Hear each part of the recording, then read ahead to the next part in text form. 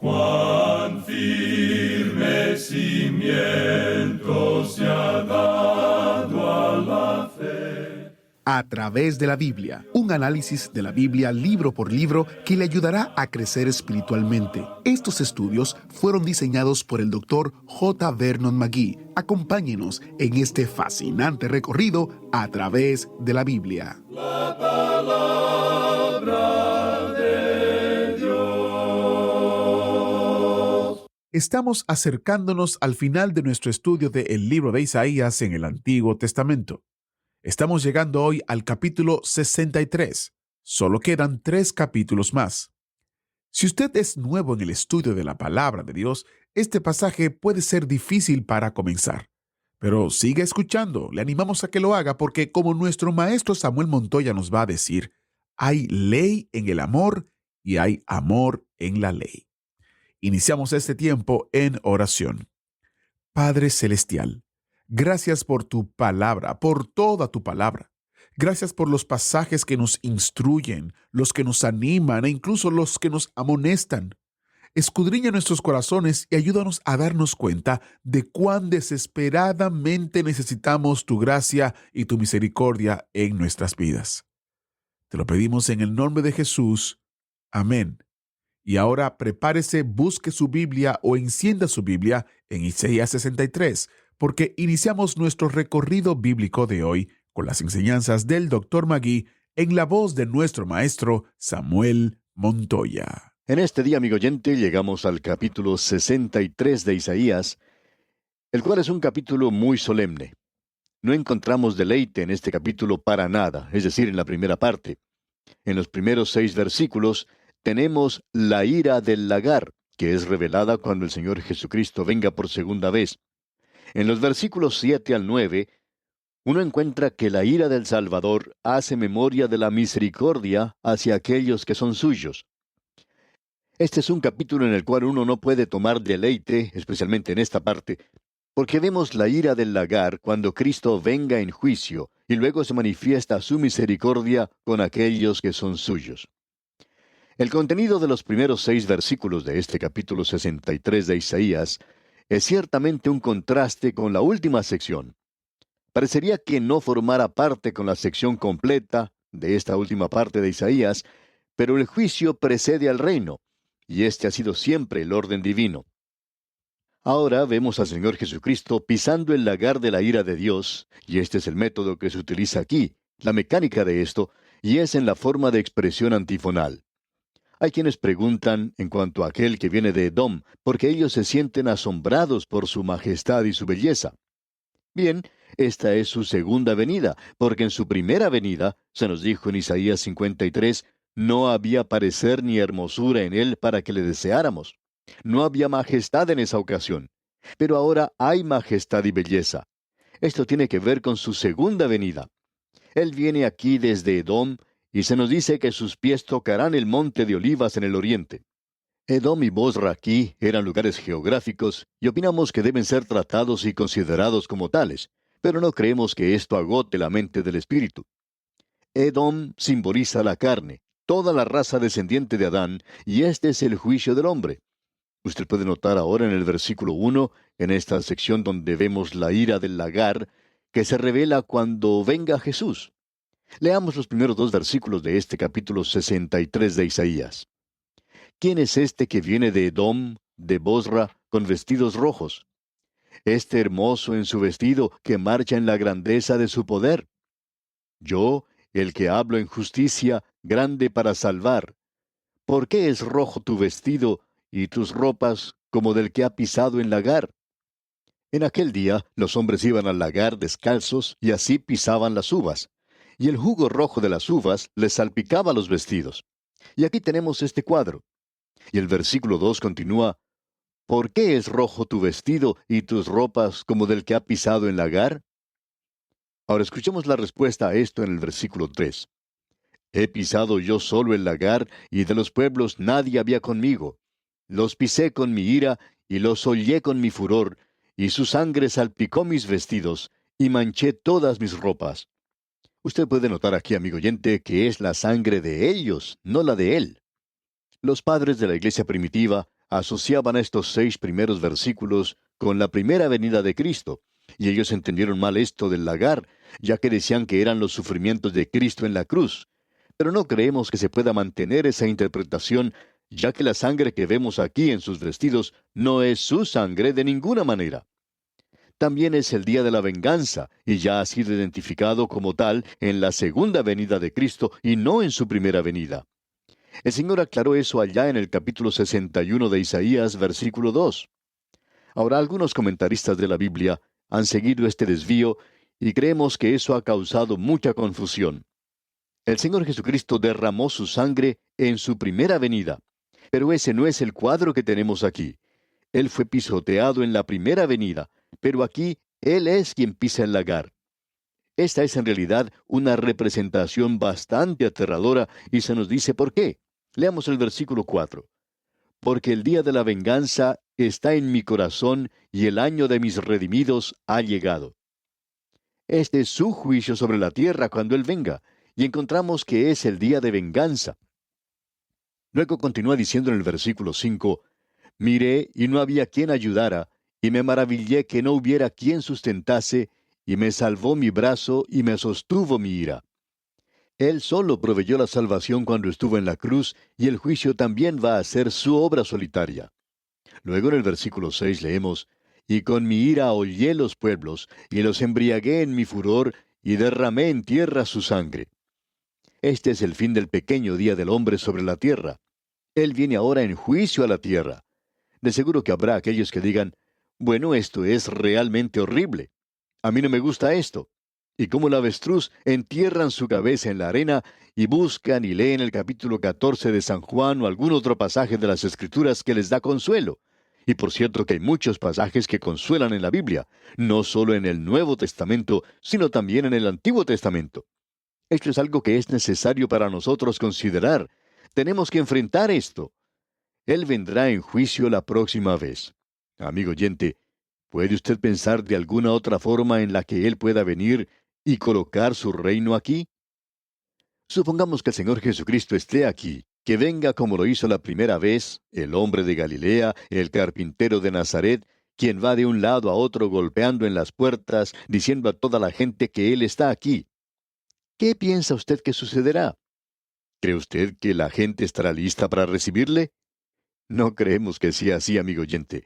Creemos que la gente estaría dispuesta a expulsarlo del lugar sin ninguna contemplación, por la sencilla razón de que si Él llama a la puerta y dice que ha llegado para obtener el control de todas las cosas, la gente no estaría preparada para entregarle las cosas a Él, para entregarle el dominio de las cosas a Él. Ninguna nación, ni siquiera las iglesias, están preparadas para entregar las cosas al Señor Jesús. Si ellos estuvieran realmente preparados, ¿por qué no lo hacen? ¿Por qué no le entregan el dominio de todas las cosas ahora? Él vino hace más de 2000 años a esta tierra. Él fue rechazado y Él ha sido rechazado desde entonces. No podemos percibir ninguna otra forma en la cual Él pueda venir. Ahora hay algunos que van a decir, bueno, este es el Antiguo Testamento. Usted tiene la ira de Dios en el Antiguo Testamento, pero cuando uno lee el Nuevo Testamento, allí las cosas están en mejor condición. Allí todo se aclara y allí Él es el Dios de amor. Amigo oyente, usted sabe que una de las razones por la cual el libro de Apocalipsis no es muy popular con los liberales, estas personas que dicen que, bueno, nadie puede entender el libro de Apocalipsis porque es muy simbólico. Sin embargo, amigo oyente, el libro de Apocalipsis es el libro más mecánico, digamos, que se haya escrito en la Biblia. Es más fácil de dividir y de bosquejar que ninguno de los otros libros. Es en realidad un libro muy sencillo.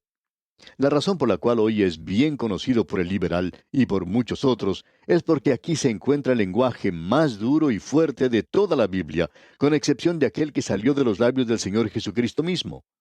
En realidad, Él habló más que ninguna otra persona en cuanto al infierno, y el libro de Apocalipsis está lleno de juicio. Y está en el Nuevo Testamento, y en realidad es mucho más duro y fuerte que lo que es Isaías aquí. Isaías utiliza lo que llamaríamos un lenguaje figurado. Él puede describir una cosa terrible, horrible, que su venida será como el de pisotear las uvas, y Él viene para dominar la injusticia y la rebelión que existe en este mundo. ¿Quiere usted, amigo oyente, escuchar un poquito de la lectura del libro de Apocalipsis? Permítame leer del capítulo 16 de este libro.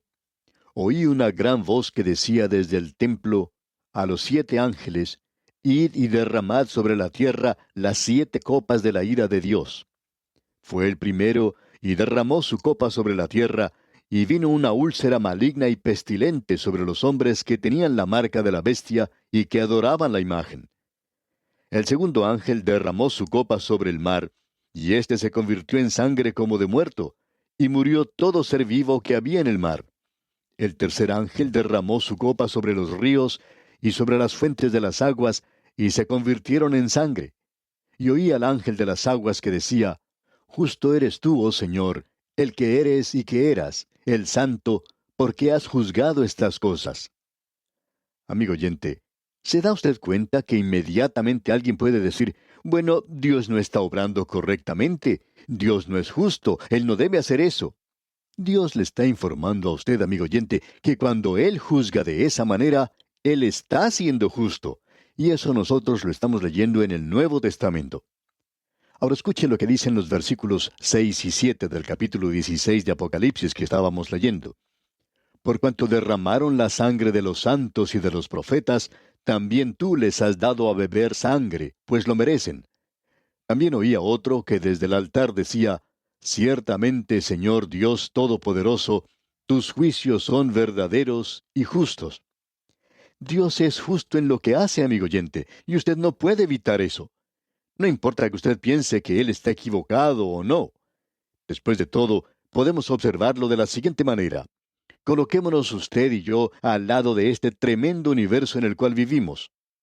No somos mucho, ¿verdad? Así es que su opinión y la mía, aun cuando sean puestas juntas, no llegan a ser mucho. Pero lo que Dios dice sí es importante, y cuando Dios dice que Él es justo, y nosotros no creemos que lo es, eso es porque nosotros estamos equivocados. No es porque Él no es justo. No hemos terminado aún. El cuarto ángel, continúa aquí Apocalipsis capítulo 16, el cuarto ángel derramó su copa sobre el sol, al cual fue dado quemar a los hombres con fuego. Y los hombres se quemaron con el gran calor, y blasfemaron el nombre de Dios, que tiene poder sobre esas plagas, y no se arrepintieron para darle gloria. Uno pensaría que todo esto que sucedía los llevaría a ellos al punto de volverse hacia Dios. Sin embargo, no hicieron eso. Simplemente demostraron lo que ellos eran verdaderamente, de la misma manera en que sucedió cuando tuvieron lugar las plagas en Egipto. No hemos finalizado todavía con Apocalipsis. Escuche usted lo que dice el versículo 10. El quinto ángel derramó su copa sobre el trono de la bestia, y su reino se cubrió de tinieblas, y mordían de dolor sus lenguas, y blasfemaron contra el Dios del cielo por sus dolores y por su úlcera, y no se arrepintieron de sus obras. Esa es la palabra de Dios en el Nuevo Testamento, en Apocalipsis, amigo oyente.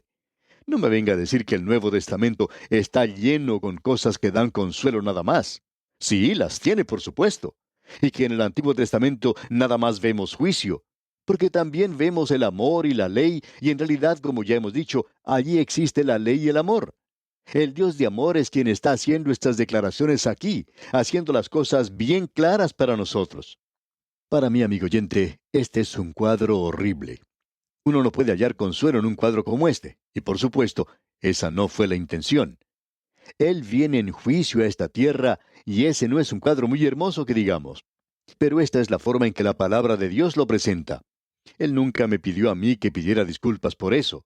Y no lo estoy haciendo, amigo oyente, porque Él puede cuidar de su palabra. Él puede cuidar de estas cosas por sí mismo. Yo simplemente presento lo que Él me ha dado a mí. Volviendo ahora al capítulo 63 de Isaías, en el versículo 7, tenemos que la ira del Salvador hace memoria de sus misericordias para aquellos que son suyos. Leamos el versículo 7 de este capítulo 63 de Isaías que estamos estudiando.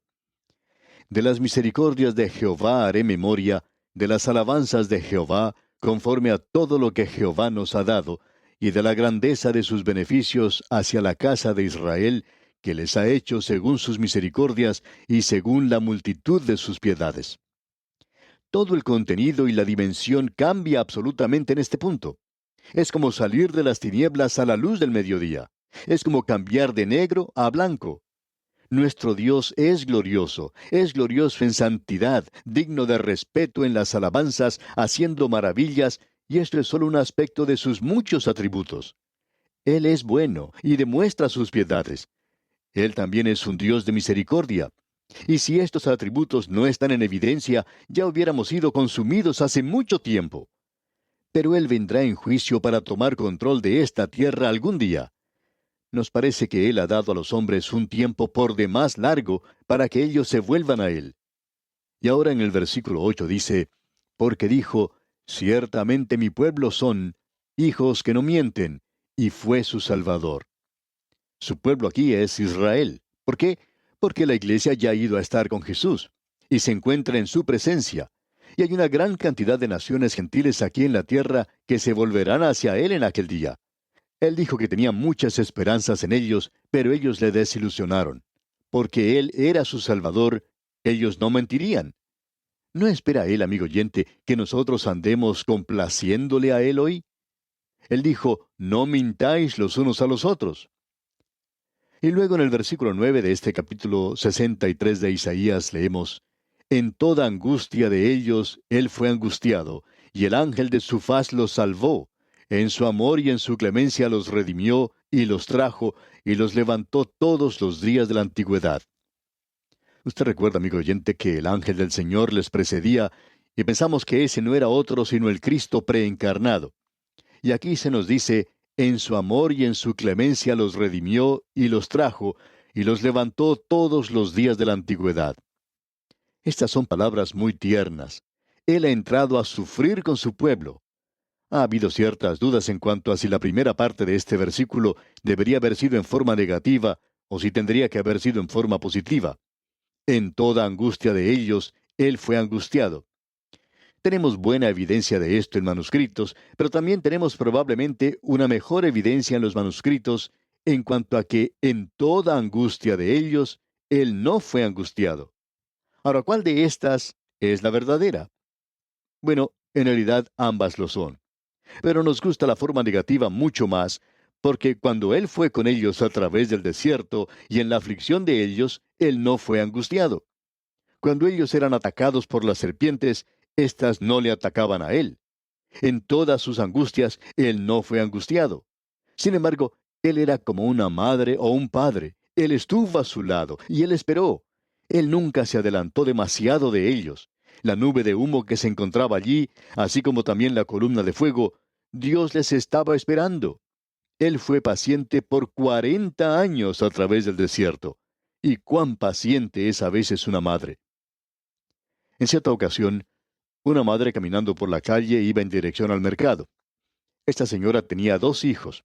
Ella llevaba uno en brazos y el otro pequeñito caminaba gran parte del tiempo, pero a veces ella tenía que empujarle. El pequeño a veces se detenía y ella lo esperaba. A veces quizás se caía o se demoraba haciendo algo que no debería hacer y ella se detenía allí y esperaba a ese pequeñito. Y pensamos, amigo oyente, que esa es la forma en que Dios ha estado obrando conmigo todos estos años.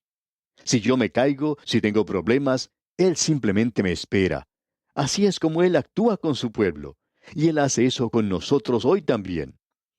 Aquí tenemos un versículo maravilloso.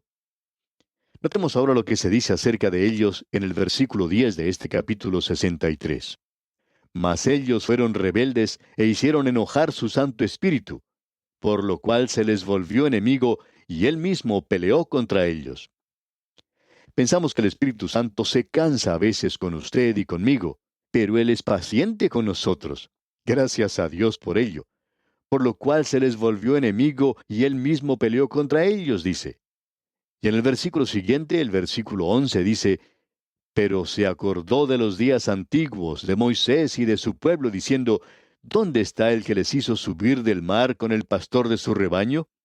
¿Dónde el que puso en medio de él su Santo Espíritu? Creemos que esto se refiere a la historia de Israel. Pero también opinamos que este es un cuadro de toda la familia humana. El Espíritu Santo aquí es el mismo Espíritu Santo que hoy mora en los creyentes. En el Antiguo Testamento tenemos una diferencia bien definida de la obra del Espíritu Santo, pero creemos que aquí tenemos una mención muy clara en cuanto a ello. Ahora, en los versículos 12 y 13 leemos: el que los guió por la diestra de Moisés con el brazo de su gloria, el que dividió las aguas delante de ellos, haciéndose así nombre perpetuo, el que los condujo por los abismos como un caballo por el desierto, sin que tropezaran.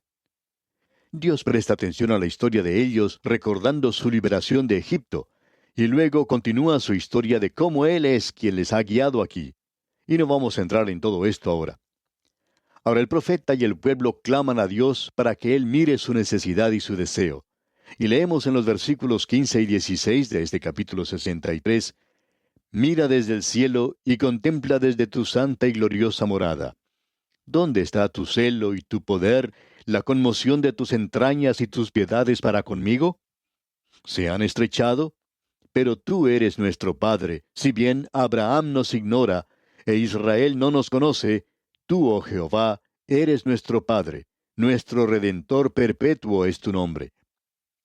Notemos aquí que Dios era el Padre de la nación de Israel, pero no hay ningún pensamiento en el Antiguo Testamento que Él fuese el Padre de un israelita individualmente. Es una expresión general, no se trata de una expresión personal en el Antiguo Testamento. Ahora, en el Nuevo Testamento, ha llegado a ser personal y ya no general. Abraham fue el padre de la nación y no de cada israelita en forma individual, y de esa manera es como Dios era el padre de ellos. Él es el padre de la nación. Y luego en el versículo 17 leemos: ¿por qué, oh Jehová, nos has hecho errar de tus caminos y endureciste nuestro corazón a tu temor?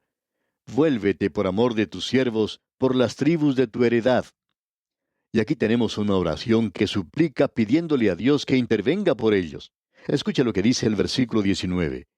Hemos venido a ser como aquellos de quienes nunca te enseñoreaste, sobre los cuales nunca fue llamado tu nombre. Ahora ellos se rinden completamente a Dios y creemos que esta debería ser la actitud del creyente hoy. ¿Qué cuadro debería ser este para nosotros? Una entrega total a Dios. La mayoría de nosotros teme hacer esto. Tenemos temor de que Él sea demasiado duro con nosotros, pero amigo oyente, Él quiere ser amable con nosotros y así lo será si nosotros le damos a Él la oportunidad. Recuerde, amigo oyente, que Él es el Dios de juicio. Él es quien viene pisando con ira y furor el lagar en esta tierra algún día. No estamos tratando de asustarle, amigo oyente. Dios tampoco está tratando de hacerlo, no quiere asustarle. Él está diciendo simplemente la verdad. Y aquí nos detenemos por hoy.